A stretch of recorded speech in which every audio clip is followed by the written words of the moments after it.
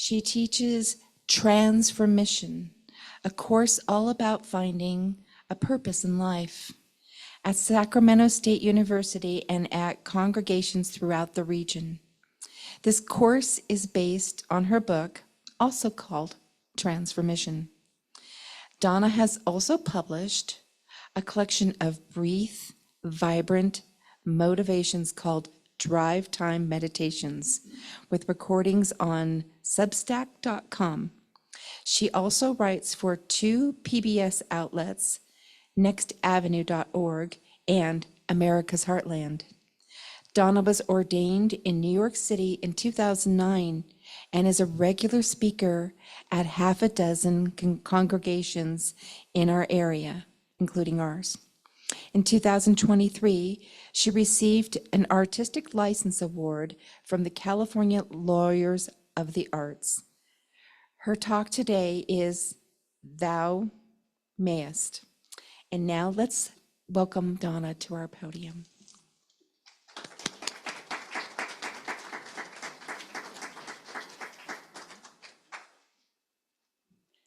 Well, you know, it's a long-standing joke of a sort that those beautiful introductions are often supplied by the speaker.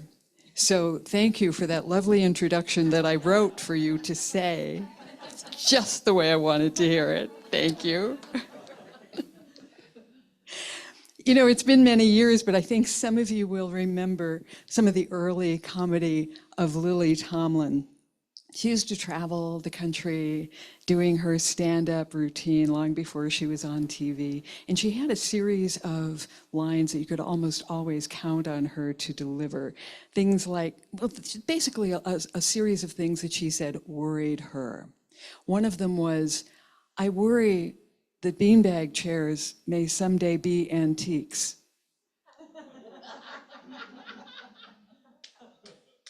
And wouldn't you know? Another one was, I worry the drugs may make us more creative than we are. But you know, that one made me stop and think. Even, you know, the first time I heard it, it made me stop and think about my creativity and about possibility. Not that I was using drugs to try to be more creative than I am, but whether creativity can be enhanced.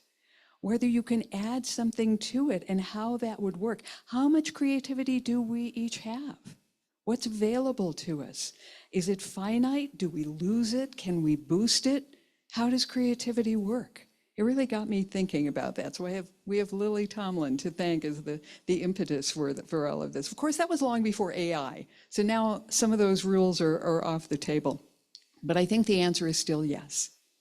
Yes, we all have creativity. Yes, we could lose our creativity if we're not real careful in how we nurture it and how we take care of it. I've learned that over the years, but I've also learned that I can build what I have as a natural resource. I can make it stronger. And I think we all can. I think we can all be the Arnold Schwarzeneggers of creativity if we really try to be. Because it's not just creativity, it is possibility. Creativity and possibility just seem to go hand in hand as far as I'm concerned. Creativity is possibility in a lot of ways, and we can build those muscles. So that's what I'm here to talk about today. I'm here to talk about how we can boost our creativity and how we can create possibility in our lives. And because it's May, that's why I gave it the title of Thou Mayest. Because we all have that in us, that we can be something more than we are. We can be something more than we feel like we have been so far. We always have that in us to build it and be stronger and be more. Not only am I a fan of the early work of Lily Tomlin, but I've also, from a very young age, been a fan of some of the early work of John Steinbeck. I'm a low-level writer admiring the work of a master when I read Steinbeck. And there were some things that he wrote that even he, late in his life, said, those were a little racist. And that's not what I'm talking about. I'm talking about the part where he's creating characters, and he's creating stories about these characters, and he's telling these stories in their words. And we have the honor to read these words on a page. You open a book by Steinbeck and things just start jumping out at you that are just so masterful. One of my favorite books by Steinbeck is East of Eden. If you have read that, you know that it takes place in and around Salinas in the valley, a lot of farmland down there. It's in part the history of the Steinbeck family with a lot of fiction thrown in and a lot of fascinating lessons thrown in as well. I'm going to tell you about one of those lessons today because it goes with the title of the talk, Thou Mayest. It's about a character named Lee talking to a character named Adam. And they're talking about a biblical exploration. The topic of the exploration is the book of Genesis. And the word that they're exploring is the Hebrew timshel. In our alphabet, it would be spelled Timashel, timshel. I don't have the Hebrew knowledge to tell you about that. I'm a metaphysical minister, so I don't spend a lot of time sitting around reading the Hebrew Bible. I don't really have that knowledge. And Lee told Adam that he didn't really have that knowledge either.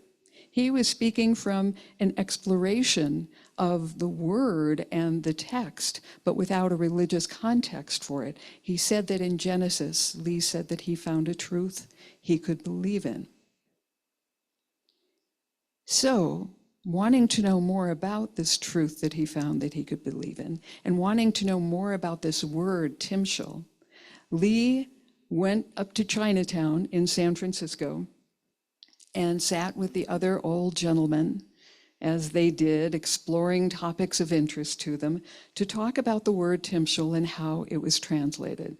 So I've already gone on and on about this. You can imagine in this book, East of Eden, this goes on for pages and pages as Steinbeck is telling the story of what these old men discovered in the exploration of this word. The context of the word in the passage in the book of Genesis is where we read about humankind's relationship with sin. Some people don't believe in sin, some do, but there it is. It's laid out in the book of Genesis using the word timshel. Now, in one translation of the Bible, the passage says that the word timshel is a command. It's a command. You have to overcome sin, according to that translation. You have to. And it really is a you must kind of a translation. It's a chore we have to do, like it or not. There's another translation of timshel that says it's a gift from God.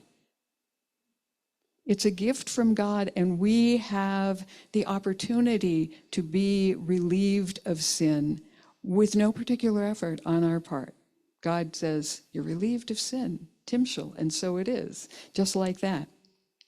But then this character named Lee says that he and his friends sat around exploring this word and found out one other translation of the word timshel.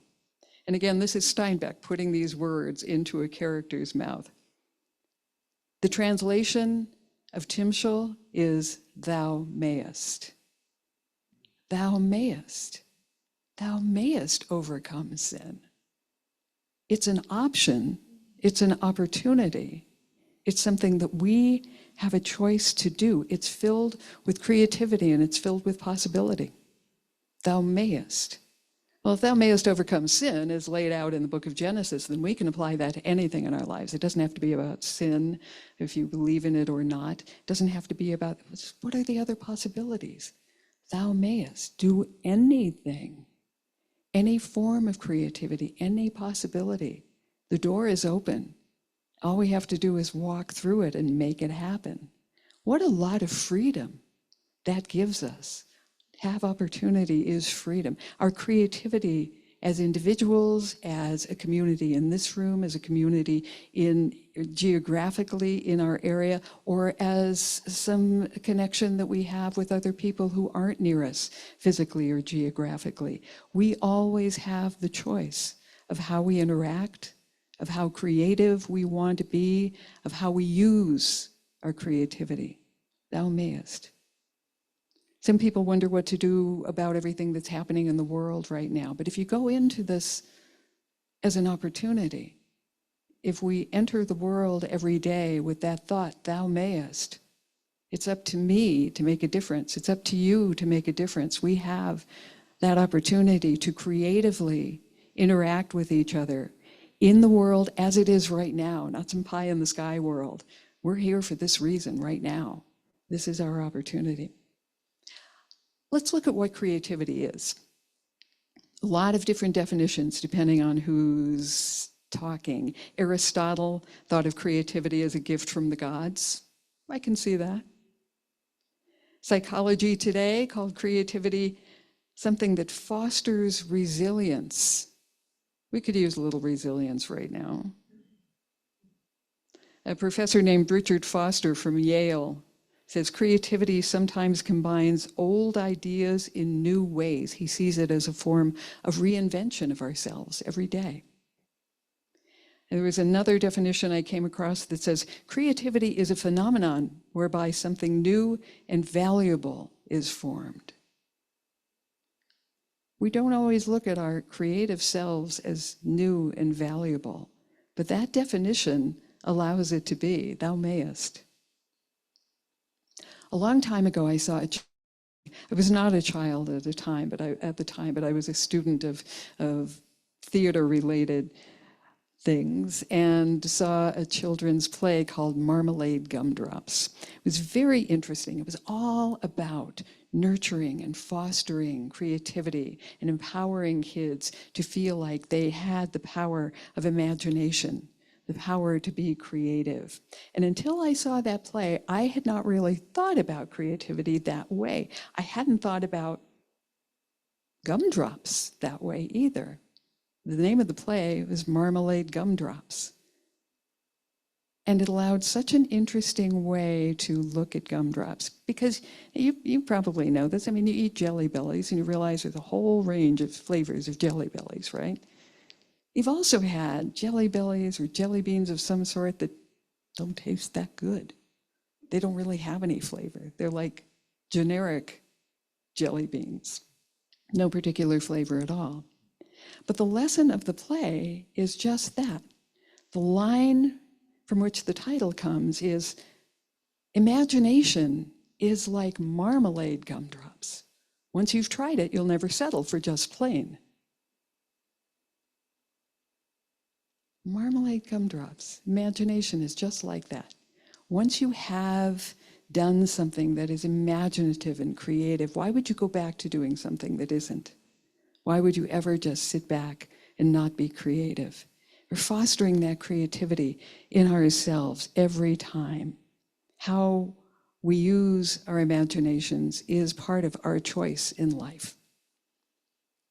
This book that was mentioned in the introduction that I wrote for you to read, called Transformation, it's a class that I've been teaching for 20 years, but only for the last few years at Sac State. I'm not encouraging you to buy the book, although it's on Amazon if you happen to, really want to. But I'm telling you about it because the people in the class who are looking for purpose in their lives end up walking away being more creative than they knew they could be. Sometimes they feel like they found their absolute purpose, sometimes they don't. But they always end up leaving the class saying, I wrote this song. I created this piece of art. Here's a poem I came up with. They're finding some new way that they have chosen, that they have decided to be creative, and that's getting them further down the road towards finding their purpose. The transformation path that I give them has several steps to it, and I want to tell you about a couple of them just because they have a lot to do with this topic of thou mayest. The first step is just to define where you are. Where are you right now? When it comes to creativity, a lot of people say, I don't know, I'm just stuck. Well, there's no such thing as stuck. There's no such thing as stuck. As soon as you say thou mayest, You get up off your chair and you do something a little bit different. You're not stuck at all. So this gives you an opportunity to say, where am I? I'm moving forward because I may, thou mayest.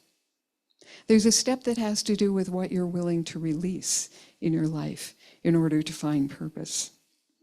When we come to the topic of creativity, it's usually it's not a Marie Kondo thing where you're just like throwing out the things that don't give you joy. You're really taking a deep dive and you're really looking at what is it in my life that isn't working. Some people have left their jobs. Some people have left their relationships. People find things that aren't working for them and realize the freedom that comes with releasing all of that.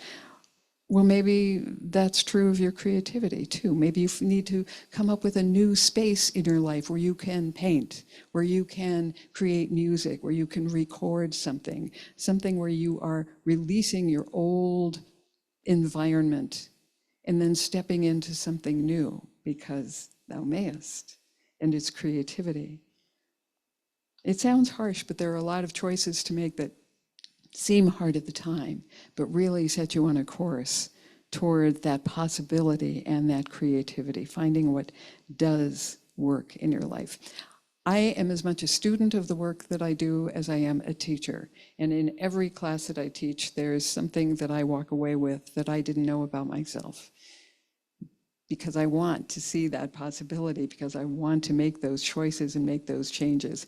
A few years ago, one of the students in the class was a very good friend of mine. His name is Jim, and he is one of the most amazing musicians I have ever come across. And he saw, as we were developing what we wanted to pursue as our purpose, he said, you know, what you'd be good at. And of course, I got real defensive. I was like, excuse me, I'm the teacher here. Don't be telling me what I'm good at. But I listened to him, and he said, here's what I think you'd be good at.